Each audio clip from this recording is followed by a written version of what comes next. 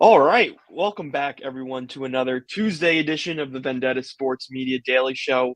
Alongside Matt Hannafin, I'm Chris Bagdonis. What is going on, Matt? How are you doing? Well, as you can probably tell by the sound of my voice, I'm fighting a little bit of a sickness, but I'm battling through it. This is my flu game. Uh, Yep. it's like a 12 round like heavyweight fight. I just gave it a 10-8 round in the eighth round. I'm going through it, man. The judges are having a hard time scoring it up. You know, it's a neck and neck affair. Yeah, no, But but it's definitely that time other of than year that, I'm with doing all right. allergies and stuff. Good. I'm Yeah, happy to hear that, man.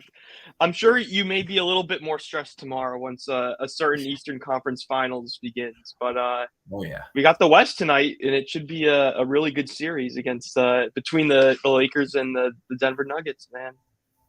yeah. Where do you want to jump in? Do you want to take your medicine with the Knicks? Do you want to jump into I'll Western take my Conference medicine off the series? bat. I'll let you have it right off the bat, Okay. man.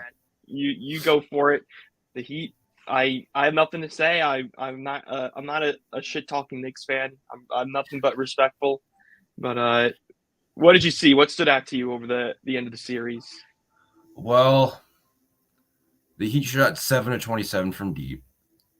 They allowed another player to score 41 points in a game.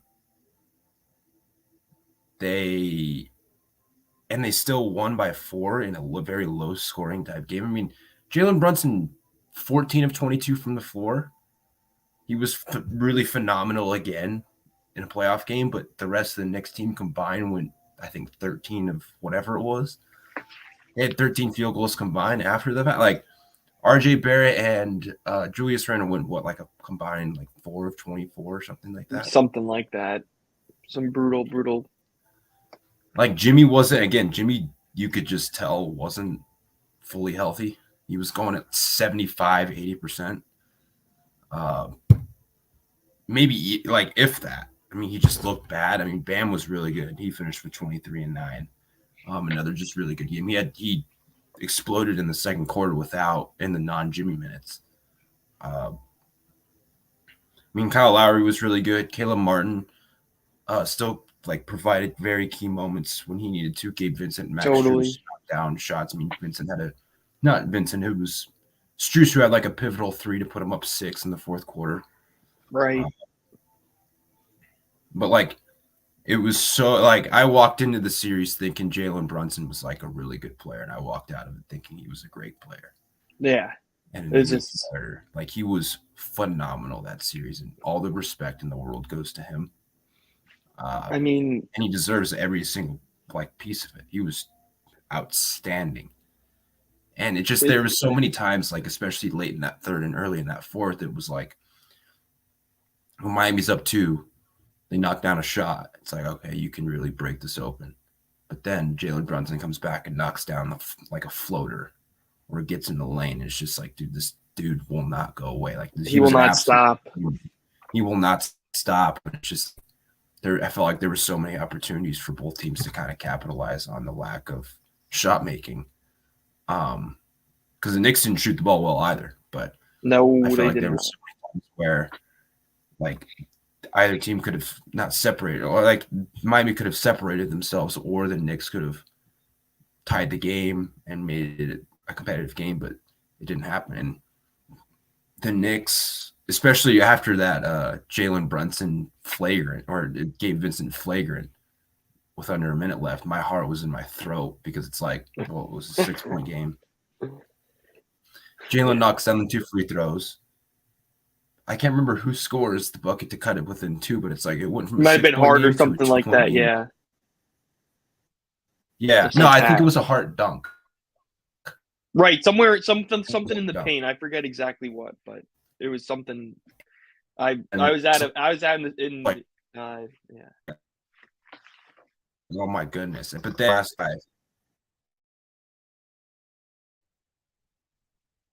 Oh, sorry, Matt. I was like, you're good. my internet was kind of bugging out for a second, but no, I mean, You're to your good. point, it's But yeah, Jalen drives um, baseline on that last drive.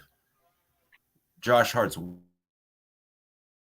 and all of a sudden, I in my head I'm thinking, oh, is Josh Hart going to beat the Heat again? Like knock down a like a crucial shot. But fortunately enough, Brunson tries to feed it to Randall in the paint. He gets deflected by Lowry, or gets deflected by Gabe. Lowry gets the steal. I think it was Jimmy who knocked down the ensuing free throws or whatever it was. But regardless, uh, just a weird, wild, such a game 6 Heat Knicks season on the line performance. Everything you had on your bingo card pretty much came to fruition in that game. Scott But Foster. Scott Foster, the I want to see Miami him Heat again. overcome the Scott Foster. Yeah, the Scott Foster curse was not alive and well, thankfully, for the Miami Heat on Friday night. But I think it's to your point where, I mean, this is a problem I think Knicks fans have never really had before since the days of maybe Patrick Ewing, where Jalen Brunson, I feel like he's just such a floor raiser for this team. And he's a guy that just gives the Knicks a chance against anyone in a 7-game series, is kind of what I've come to realize is that, he just has it. He has his foot on the gas pedal all 48 minutes. And obviously that in and of itself is just something you don't see from many NBA players. But it's with the emergence of Brunson, it just really just exacerbates the disappointment of RJ, of Julius, of quickly, and you could tell he wasn't 100%, which really kind of complicated the bench situation. And obviously, it's going to be a bit of a difficult thing for Leon Rose and company this offseason. There's been a couple guys who are going to be asking for some serious money this offseason. And you got to think, how can you improve this roster to where obviously had a great offensive rating during the regular season, but there were certainly stretches not only against Miami, but also Cleveland where the offense looked really slow and really just couldn't keep up in a playoff setting. And I think if you could find a truly consistent number 2, obviously Randall, all NBA third team, another, I think by his standards, another very good season. But I think Knicks fans everywhere are going to be asking what does the help for Jalen Brunson look like now that we know he's a real deal, borderline all NBA type of player. What do you think they do with RJ and or Randall? I think it's terrible, and I really hates for me to I hate to make a stand, but RJ Barrett had a great postseason, but probably about the worst conclusion to it. I think that game 6, at times he really shot the Knicks out of the game. And I think now that might be the ultimate nail in his coffin in New York. I think we both know how the media are and how the fans are in New York. We just know like what kind of goes on in that kind of environment. And after a performance like this, I think a good portion of Knicks fans are going to say, "All right, we've given this guy too many chances. It's time for us to move on." And I ultimately think at least one out of the 2 of Randall or Barrett will get moved on. Did you see Stephen A. Smith ask for Dame and Karl Anthony Towns? Yeah, I think everyone should know he's not a Knicks fan. I don't care what he says. He's just not an actual, all right, great. He's from Queens. Like, congratulations, you're from Queens. But consistently bashing on the Knicks for the better part of the last 15 to 20 years.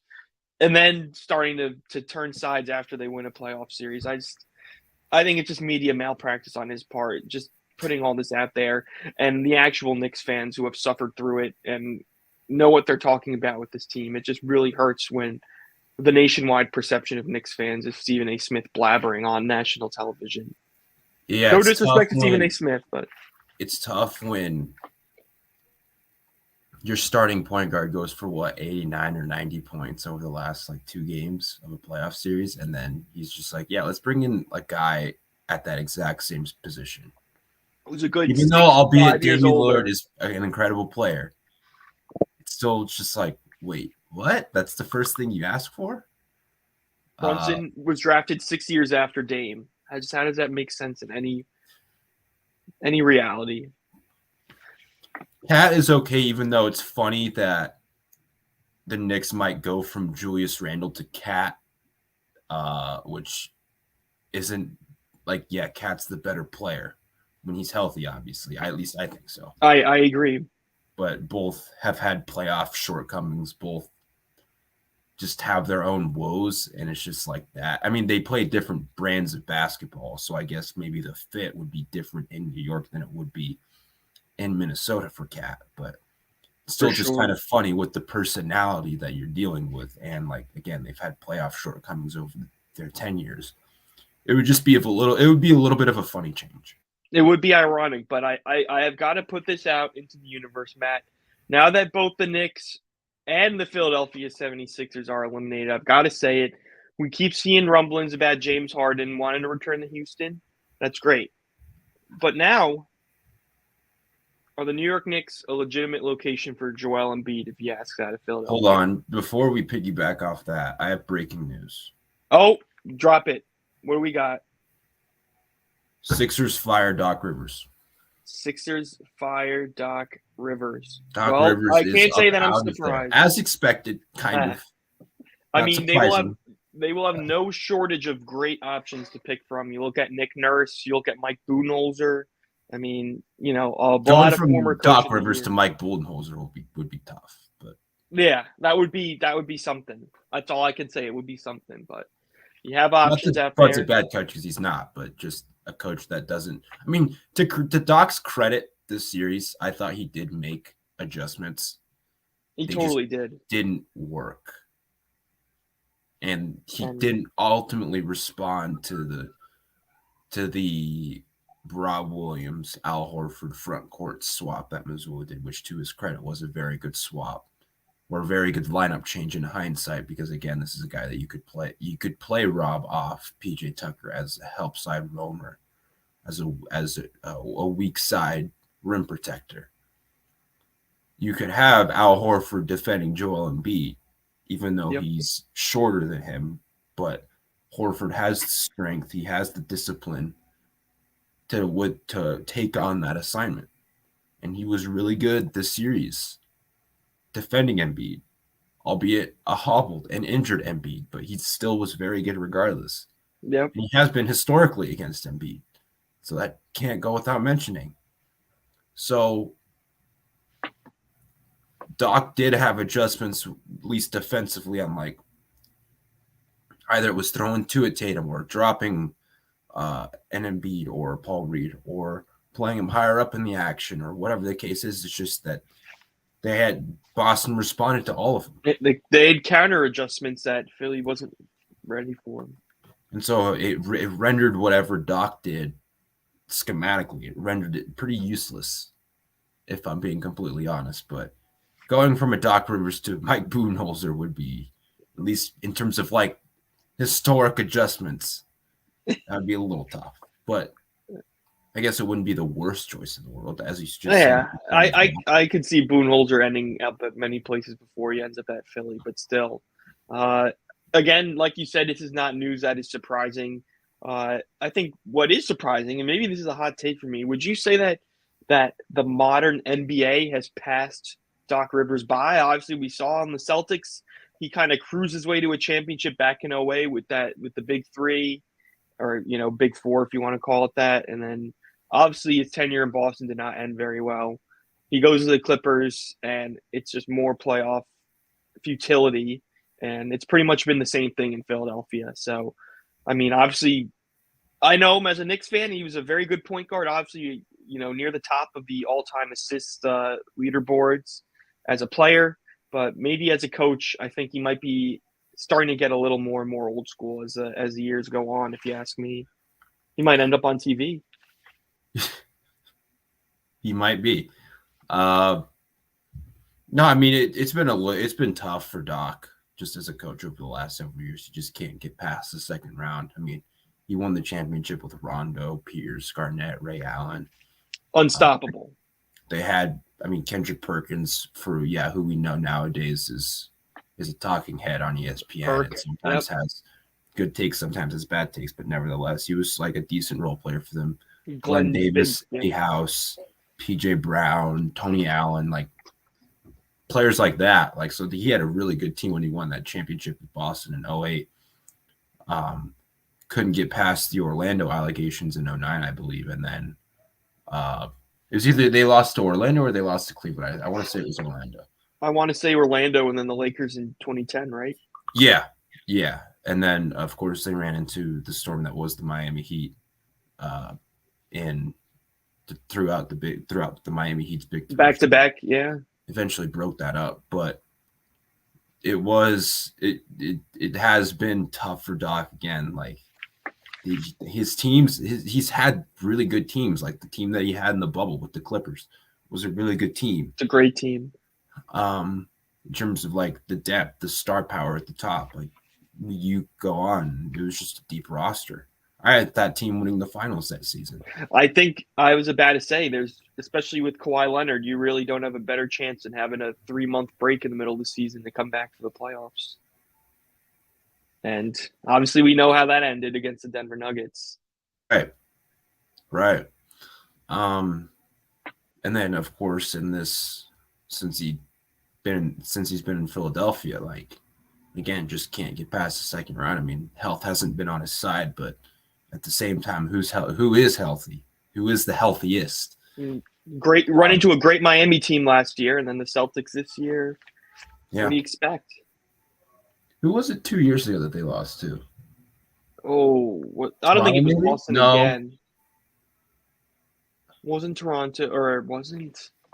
Oh, was it Toronto? Oh no, they beat Toronto. I think no, it was Atlanta. It was Atlanta.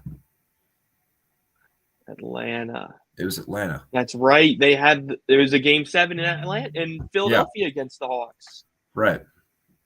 Diggs BTW7 says, "What's up? What's going on, G? How are you doing, Diggs BTW?"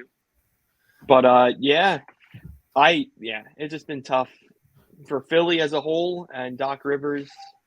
But I think it's the right decision for both sides now, especially after that scorching hot Jason Tatum game 7. Yeah. Well, by the way, what did you think of like that game 7? Like, what were your thoughts as you were watching it unfold? I mean, to myself, I had to say, of course, Tatum, after having one of the best fourth quarters we've seen in this whole postseason, has one of the best game 7s we've ever seen, outdoing Steph Curry. I mean, he really did, I think, save his reputation here. I was thinking about it before the game. Regardless, we know that the basketball itself may have not always been the most aesthetically pleasing basketball, but still, we know that game 7 was just jam-packed with NBA legacy, legacy powder, whatever you want to call it. I think both sides, there was so much on both sides. You look at Harden and Embiid, obviously trying to shed the choker label. You have Tatum and Brown looking to finally have that breakthrough where they win the finals rather than just making it. And I think now we can say that they're a lot of a big black cloud of smoke, I think, on Embiid and Harden's name after this the most recent, collapse, whatever you want to call it. And now on Tatum and Brown, they have a chance to change their reputations, given they win a championship. And now I think the Celtics have as good a chance as any to win the championship. I'm sorry to throw mud on your Miami Heat, but I think it's a wide open field this year with these 4 teams.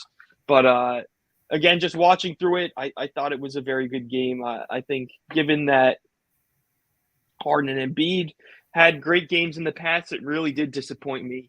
Not only did they lose, but you get a good game out of either James Harden or Joel Embiid, then Philly probably wins that game 7, I think. I think they find a way to claw back. If you get something above, if you get, average play, 20 points out of either of them, and you couldn't even get 20 points combined. Yeah, it was just a real disappointment from the both of them. It was, and it's like you could tell from the start almost. Like you could tell from the jump. It's like, okay, neither of these guys are really like locked in or engaged, and it's like that's going to need to flip if you want to win this game. Go on. No, I'm just saying the intent. You should not need any motivation for a game 7. The one thing I will agree with that on Stephen A. Smith, he said it after the game. If I was James Harden, I would not be able to walk through the streets of Philadelphia after putting on a game like that.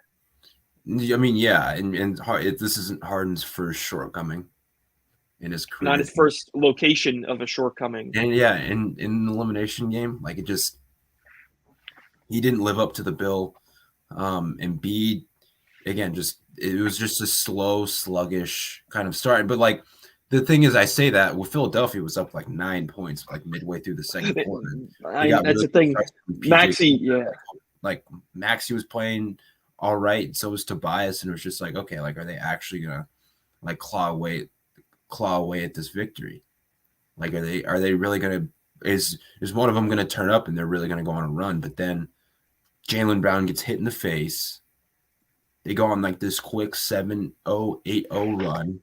And that to me was just kind of the turning point of the game. And I mean, they walk into halftime up 55-52, Boston did. It's just like, okay, like the first few minutes of the second half is usually some of the most important minutes. Just to set the energy, set the tempo yeah. a little bit. And that's what happened but with Boston. I mean, Tatum just goes absolutely berserk, starts hunting Embiid like a deer, and these switches, and was just taking full advantage of every opportunity presented in front of him. And it was one of those things where it was just like, before you know it, it's a 25-point game. Celtics Avalanche, Yeah. but I was. And now the Miami Heat will play the Boston Celtics for the I know, man. Third time in the Eastern Conference Finals.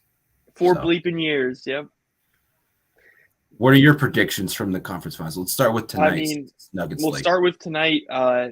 Look, again, I'm sorry. I don't like taking bait around here. I don't like the type of discourse we've been having in our NBA Slack, but I really do think the Lakers are going to find a way to get past Denver. I've just been seeing it against the Warriors and against Memphis. Just this team, especially, when the fringe guys, when you have D'Angelo, kind of going, when you obviously have Reeves going, you have Lonnie as of late going.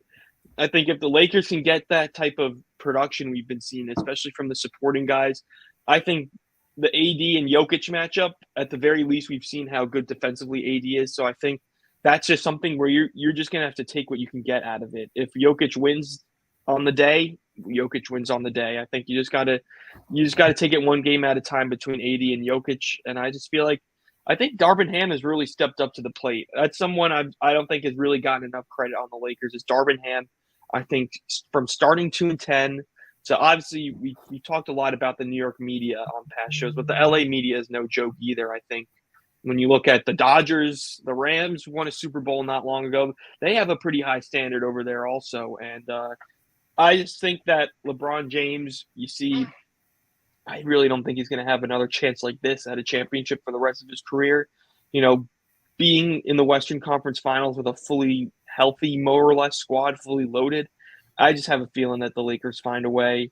I don't want to upset Garrett. I don't want to upset the Denver Nuggets nation. I'm just saying these teams are largely the same as what we saw in the bubble. And I think that is also predicated on Anthony Davis on the offensive side of the ball. We need to see more from him. Not just like 23 and 14, more like 29, 31, 33 and 14. That'll really make me feel more comfortable in my Lakers prediction. But still, I think as we've seen them in the first two series, I've got Lakers in 6 at the moment. Okay. See, I've gone back and forth with this. But just from what I said this to Germani on Friday, there isn't a team right now that I trust more, just from what I've seen throughout these first 2 rounds, than I do the Nuggets. That's completely fair. And that's even saying with a healthy LeBron James and Anthony Davis, plus that supporting cast. Like, there's just something about Denver that I just trust a little bit more. But it's all matchup dependent. Like, the Nuggets went up against the Wolves and a really banged up Suns, which, again, you got to beat the teams in front of you. And the Nuggets really did to that extent. I mean, they dominated at home in both those 2 series. They crushed Phoenix in Game 6 on the road. So it's like all the credit in the world like goes to them. But my gut right now tells me Nuggets in 7. I think if it gets to a Game 7, I'm with you. It's not like a firm, concrete, like prediction, but right now I've gone back and forth with it. To me, it's just can't. If the Lakers can steal one in Denver, that would be huge, I think, and I think the Lakers could really win the series, whether it's in 6 or 7, if they do steal one in Denver. But Denver at home has been so unbelievably good this postseason. Denver just as a whole, they've been the best offensive team. They've been a top 5 defense. They've been the best rebounding team.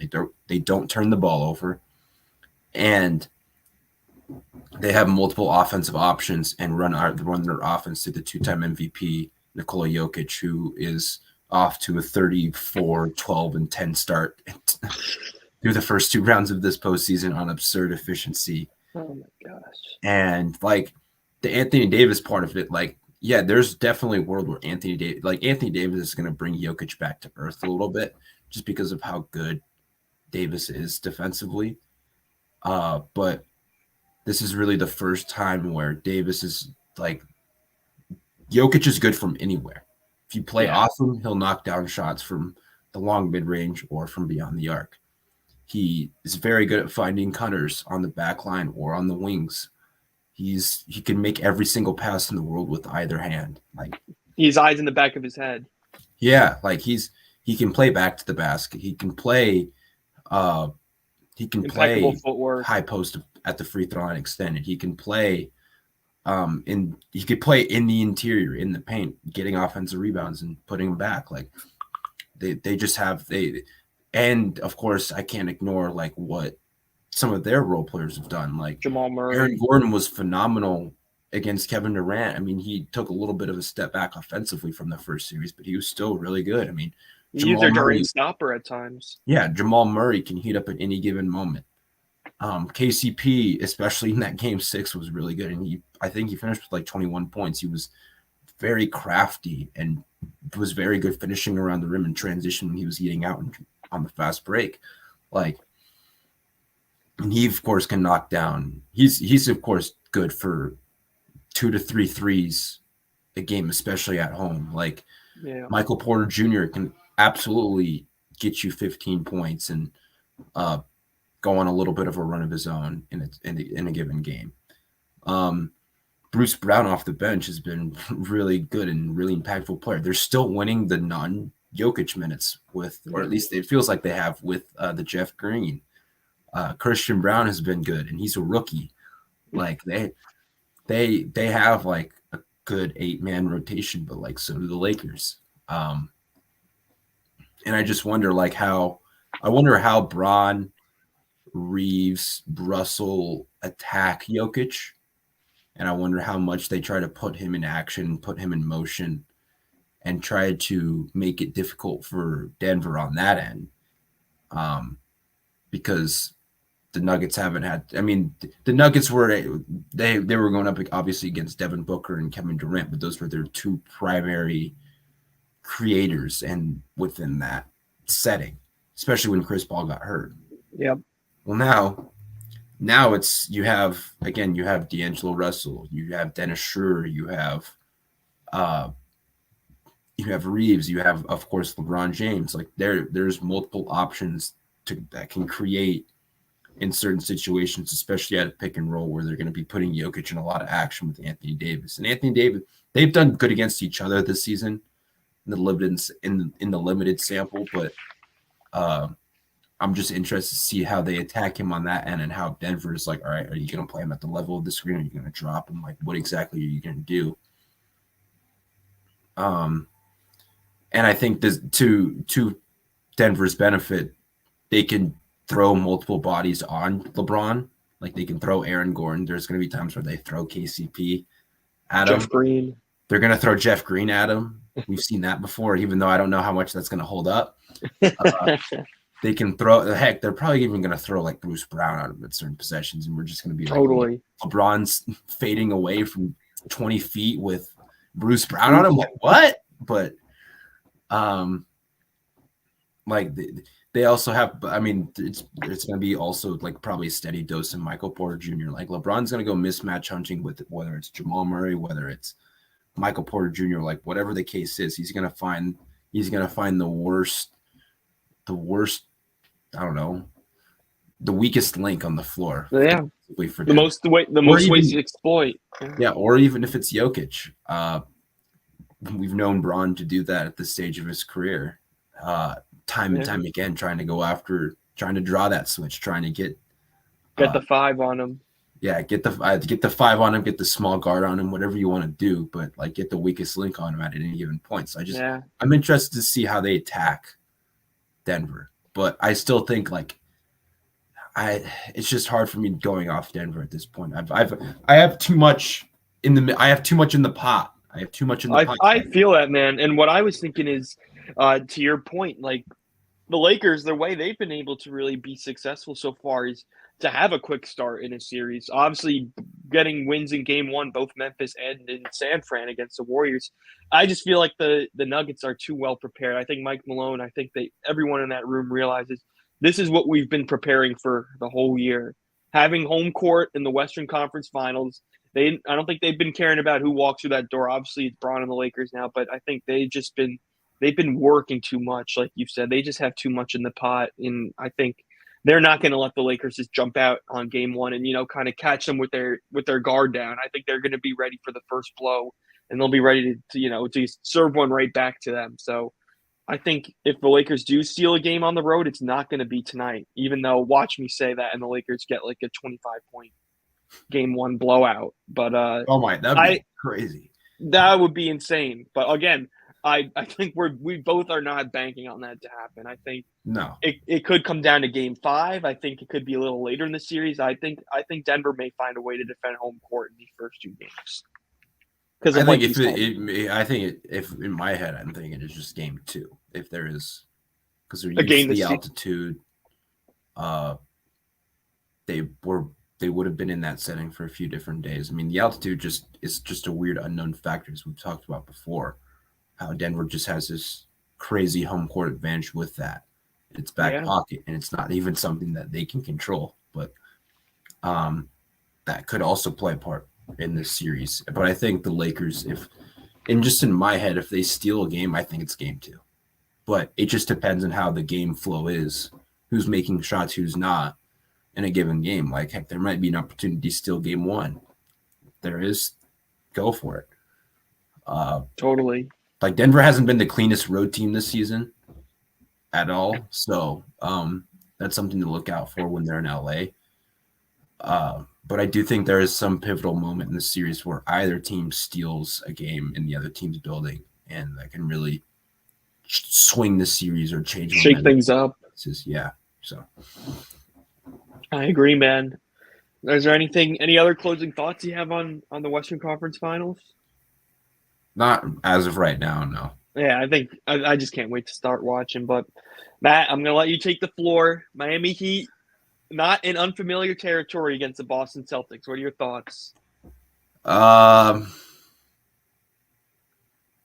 sick and tired of having this team come in my team's way. That's why I'm sick of it. But in all seriousness, it's hard for me to see Miami winning this series.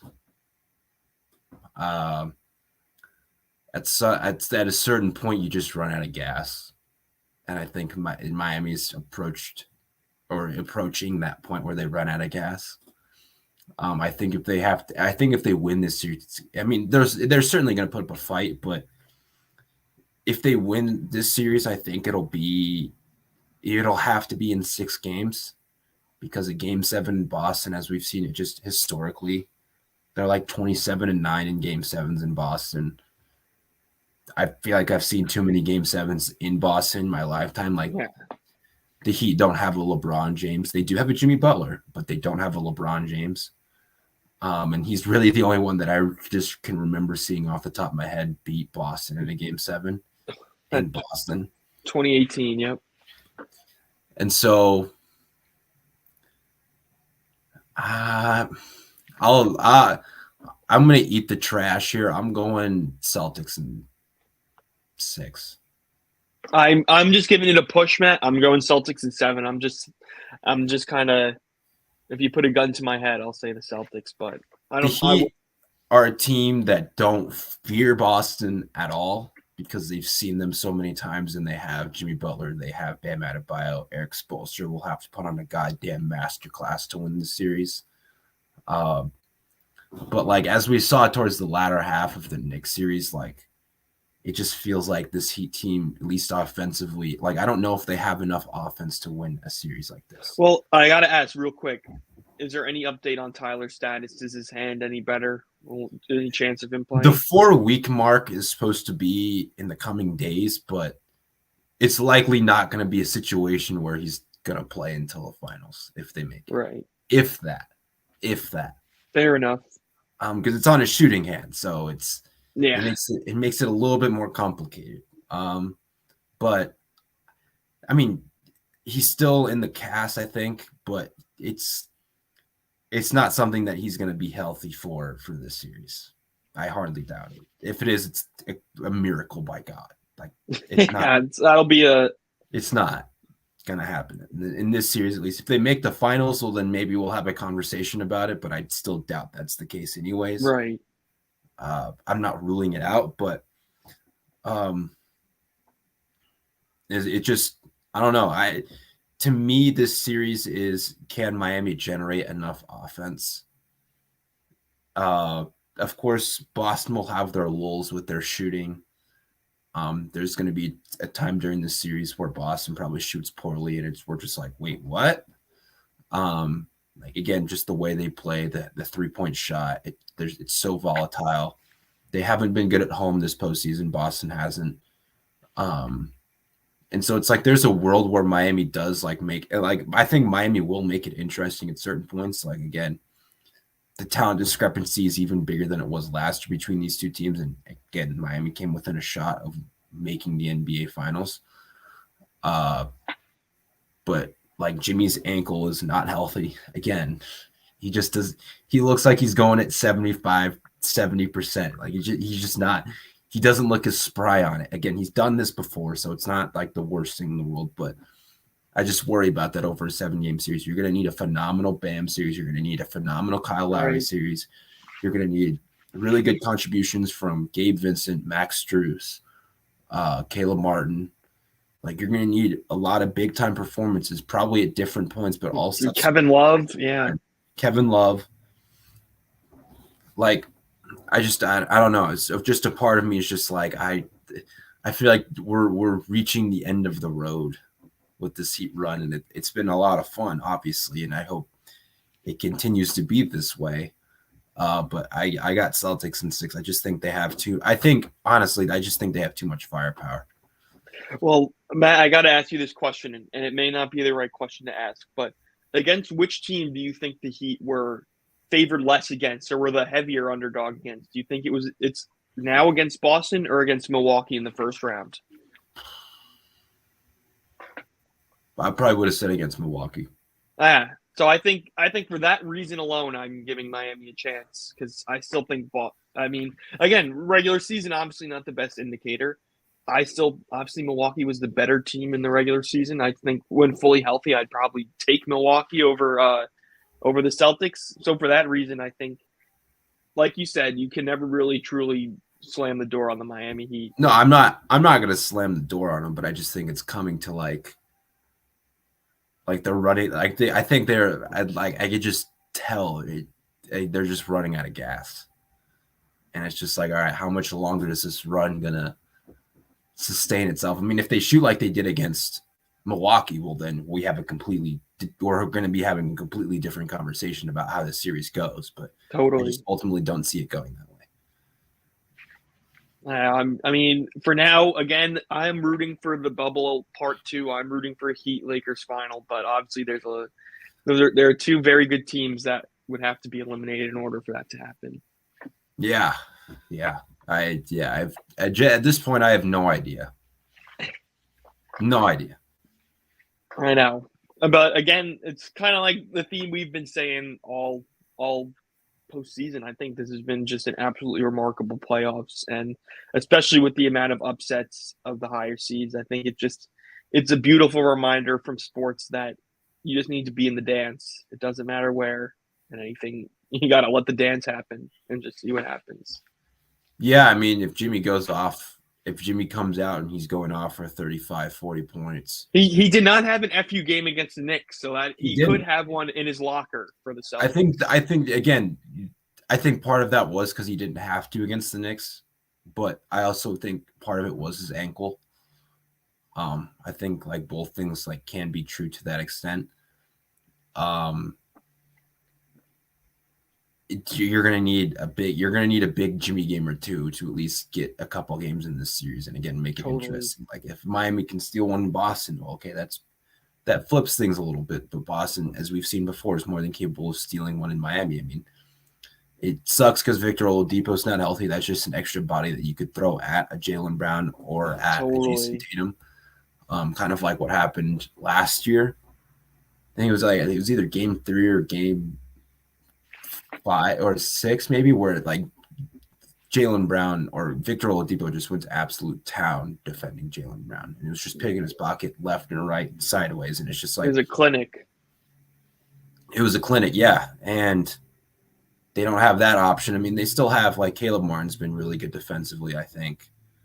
Uh, Max has had his moments. I mean, of course, Kyle Lowry's been, I think, better defensively than we all would have thought.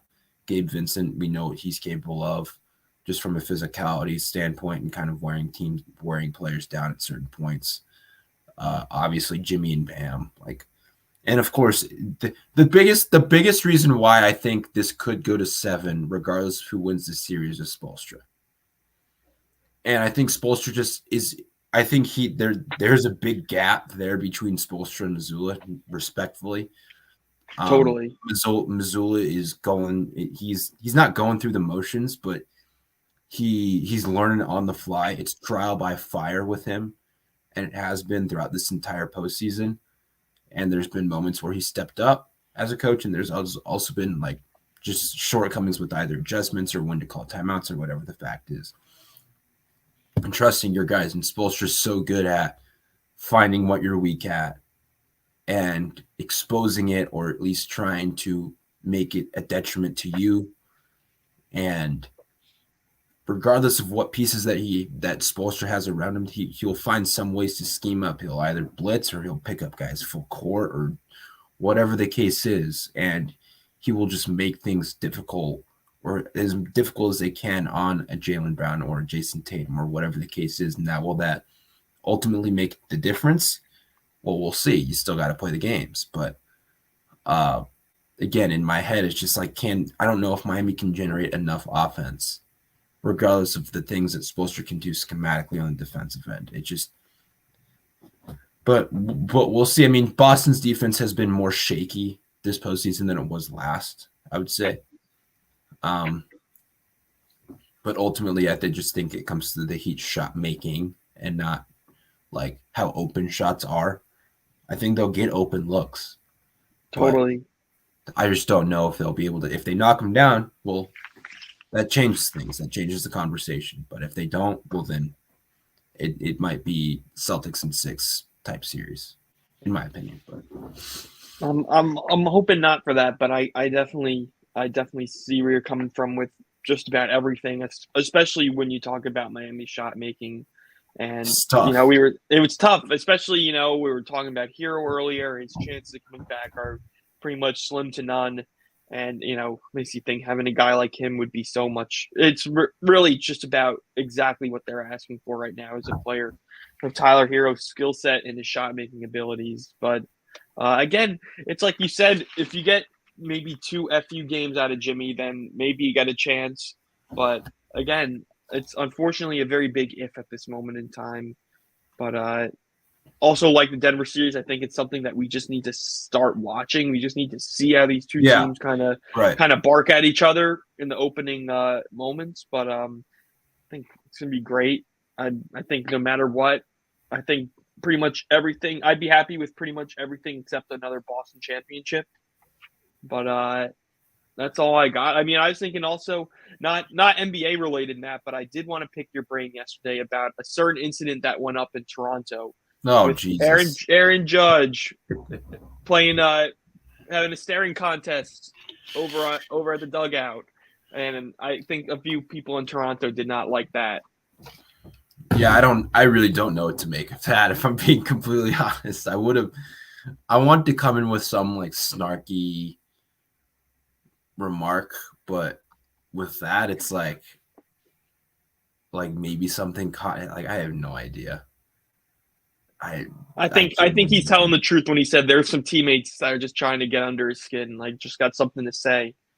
And then, I mean, obviously, he just hits an absolute. He just absolutely pimps that ball to center I field. mean, you throw a slider like that, like right down the pipe, dude. Like that's What gonna do you get hit expect? regardless if someone's cheating or not. Yeah, doesn't have to be Aaron Judge behind the plate to send that 460 feet. Like, yeah, again, I have no idea, like peripheral vision, if he could even see, like if anyone was tipping anything, or if something caught his eye in the crowd or something, whatever the case is. Like usually that just doesn't happen to a professional athlete, and Yeah, so because you're usually just so focused and locked in. So it's like I have no idea what to make of it. If I'm being completely honest, it could be really be anything. I care really that much? No. I Uh, honestly think it's impressive. He took his eyes off the pitcher, came back, and then just absolutely just pimps one. yeah, You know, but like there's always at least it's just after the Houston thing. It's just everything's a little different. But everything's a little more scrutinized. uh, and so it's like from that extent, I get it. But like at the same time, it's like I don't really nothing that I really care about that much, if I'm being completely honest with you, at least as of right now. Because again, I really just don't know what to make of it. I thought it was funny. I thought so too, especially on the Uh, Toronto broadcast. yeah. Also, like when they ran out that lineup yesterday, and you found out Jimmy Cordero was starting the game, like we were just like, oh, we're punting this game. Like, I was just like, oh, great, so this is happening now. yeah, no, I'll be honest. I bet as soon as I saw that lineup, I put money on Toronto to win the game. Because I'm They made being. it close, man. They did make it close near the end.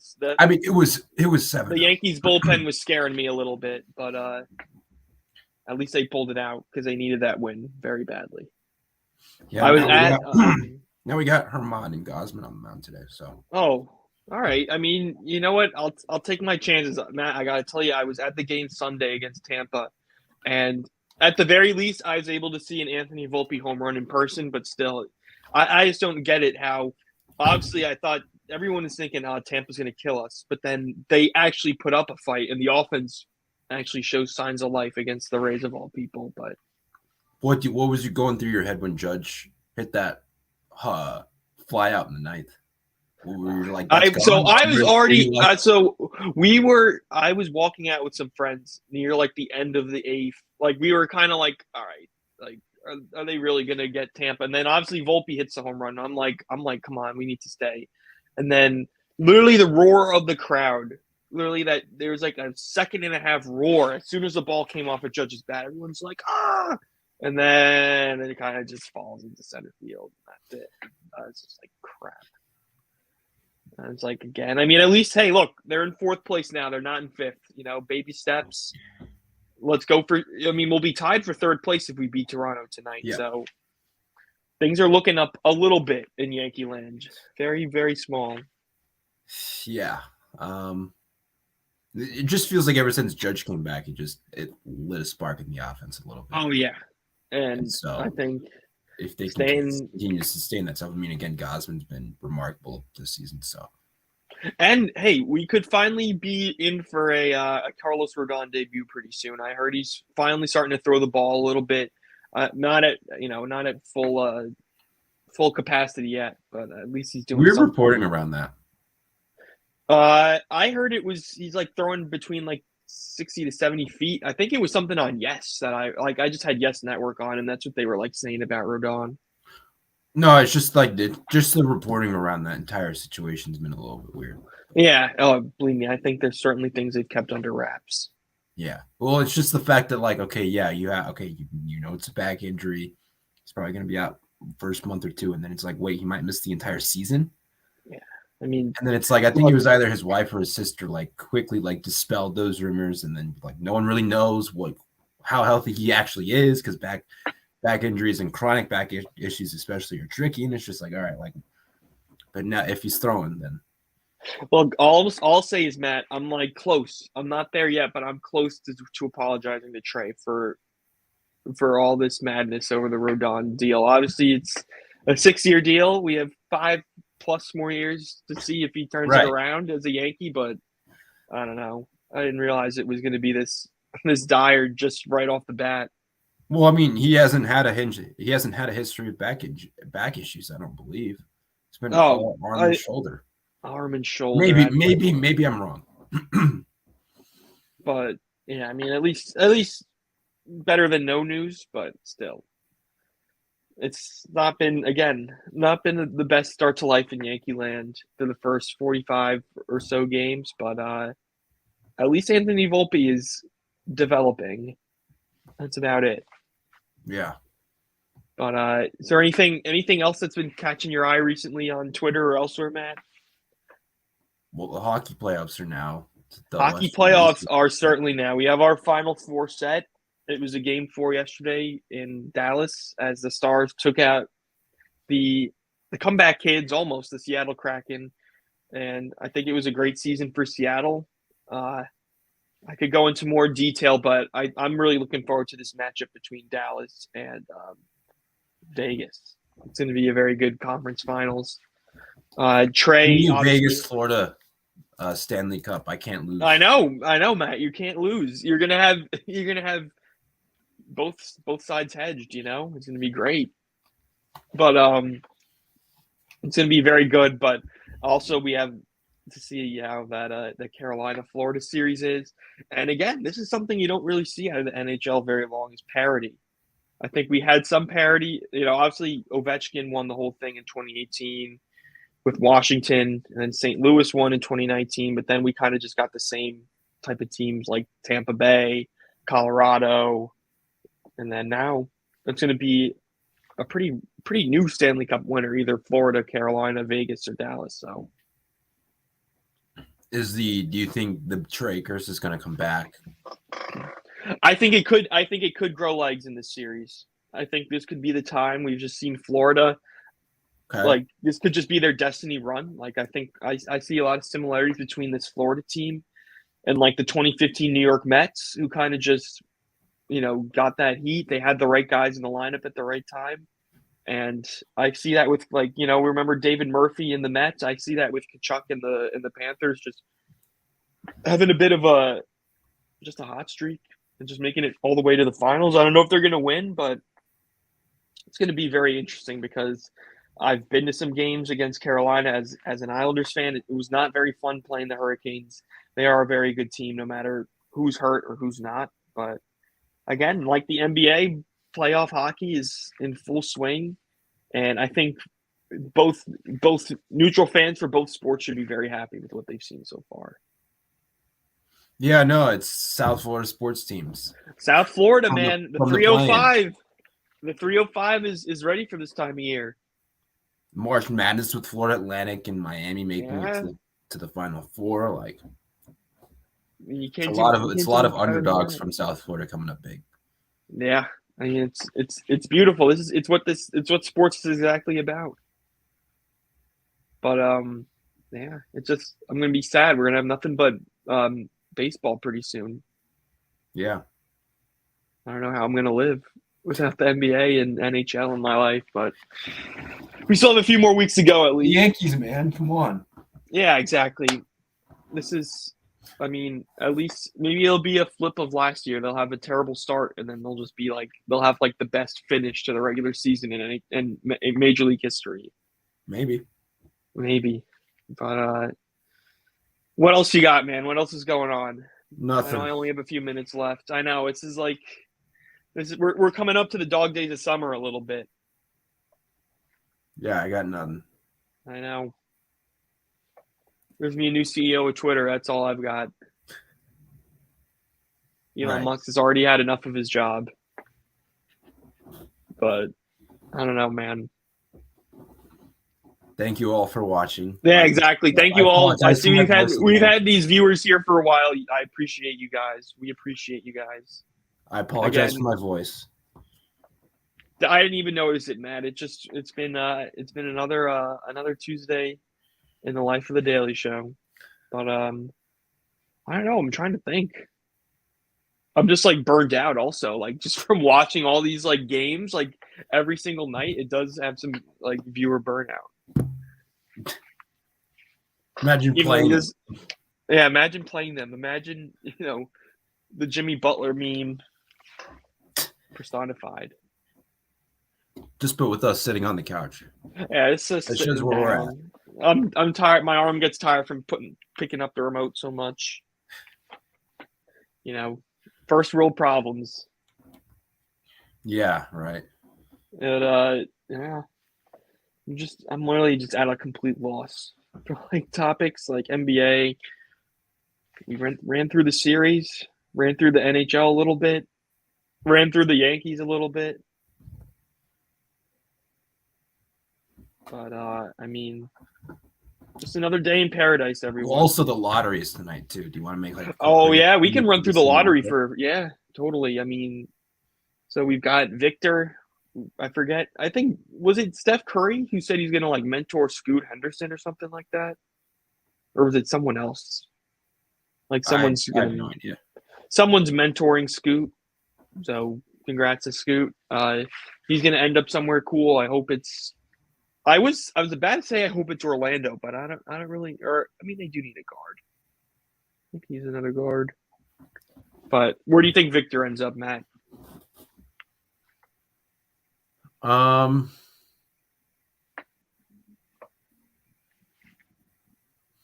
Where do I think he ends up? I mean, I'll say, oh man, I really don't have I'm gonna say shout out James Herrick. I'm gonna say Detroit.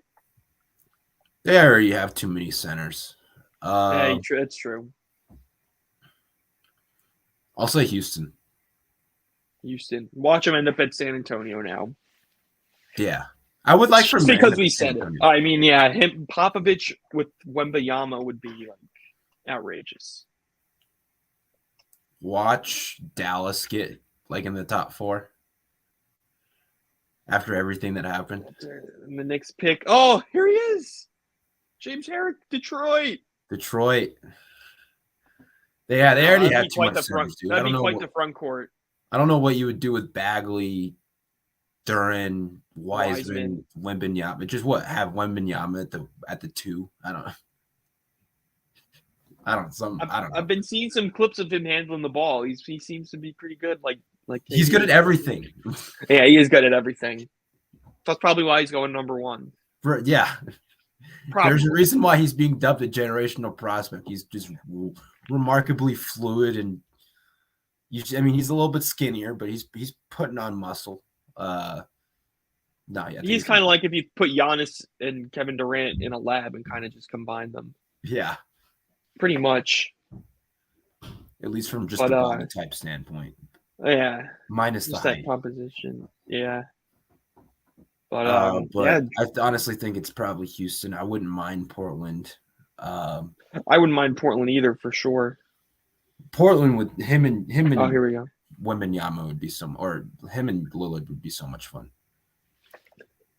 Let Durham go. Yeah, that's what it would have to happen. You have Wiseman and Bagley off the bench. Wiseman minutes or the Bagley minutes at that point. Whoever's that next head coach will probably find a way to. Yeah, that's right. It's another great head coach is Dwayne Casey's on the market. Well, Dwayne Casey, he moved up the front office. Oh, that's right. Yeah, he kind of pulled a Brad Stevens. Yeah. But what if he ended up in New Orleans? Like, I know they have like a terrible chance, but a triple. I don't even know. You play Wemby at the 5 with Ingram at the 3 and Zion at the 4. Valanciunas. And then Valanciunas. Yeah, I mean that would just be a tough group to coach. I would not want to be making those rotations. I'd get fired like that. Indiana would be fun. San Antonio would be all right. Orlando would be a little got Duncan though, dude. Do they really deserve Wembanyama? I don't know, man. They do already have Tim Duncan. That would be too. That would be too unfair. They had their weird. Their 20-year legend Hall of Famer. Do they need another one? Yeah. Although it would be very pop to land him in the draft, but nevertheless, it would be total pop. But I think Orlando, if they find a way, I mean, just with Wagner and Paulo, that Oh should my be God, dude. The a lot of size on that wins. team already. Yeah. Wagner, Wendell Carter. I know Jonathan Isaac. He hasn't been really healthy. Yeah, they might move on from him, is what I heard. But Yeah, but that would be there's so much size on disgusting. that team already, dude. With Benkera, oh my God, like That'd be adding disgusting. Wembanyama to that would be terrifying. Yeah. But yeah, man. That's all I got. That's all I got. Everyone who's been viewing, James and Diggs by the BTW7, everyone else, thank you for checking back in with us. We'll be here. I actually am going to be on vacation next week, Mac. But I'll be here 2 weeks. We'll be running All another right, Tuesday sounds episode. good. But Sounds good. yeah, everyone, again, please subscribe. Please to the Twitch and to the YouTube channels. I will have the article for this up with timestamps in the Check next out few hours. vendettasportsmedia.com. Check out vendettasportsmedia.com for the latest news, updates, and opinions in the wide world of sports. And again, we hope you all have a great Tuesday, and we'll see you on the flip side. Peace.